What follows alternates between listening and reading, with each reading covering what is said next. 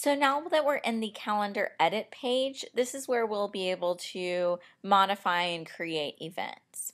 If you open up this page and you have this sidekick kind of floating over your calendar and it's kind of in your way, you can minimize it by clicking on this caret and then dragging it around your page to get out of the way. So to create a new event, we're going to click on the plus sign at the top of the calendar and fill in the fields that come up. The following fields are fields that are required for each event.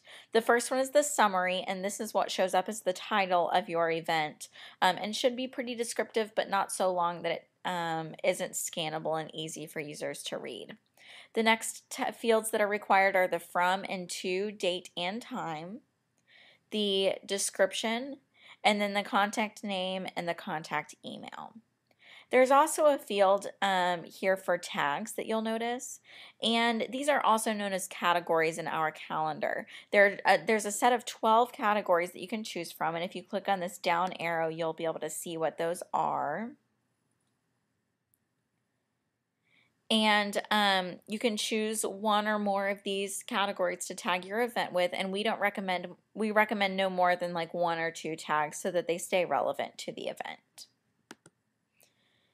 The next thing to talk about are keywords. When you're adding a description to your event, make sure to include words in that description that people might actually use to search and find your event. For example, Residence Hall Move-In might be the event summary or title, but by including something like Dorm Move-In as well, users can find the event either way depending on which word they search for. Another consideration when creating events is how long your event is going to be. If the event spans more than a week, we recommend breaking that up into multiple events. For example, I'm going to go back to the campus calendar to show you this. For the fall semester that lasts August 23rd to December 17th, if we created an event that spanned those dates within the from and to fields, that event would show up on the calendar every day. So instead what we've done is we've created an event on August 23rd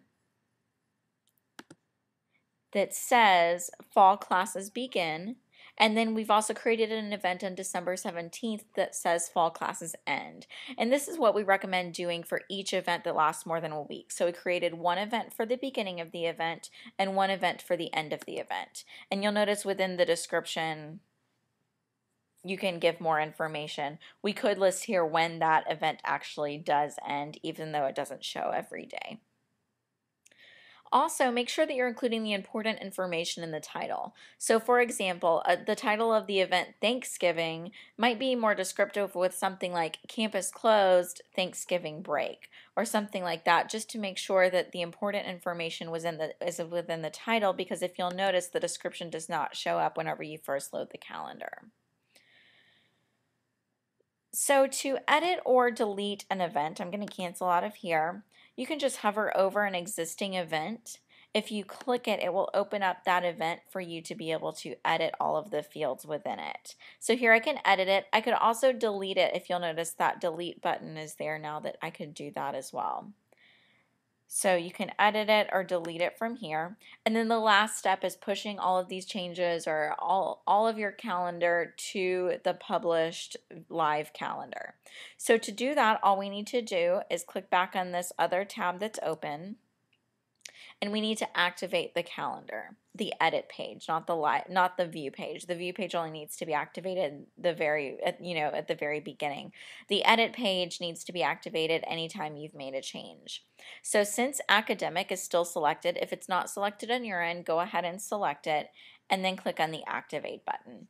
If activate is grayed out for you, there might be a workflow button that you need to press instead, and choose a workflow to send that up to an owner of your group.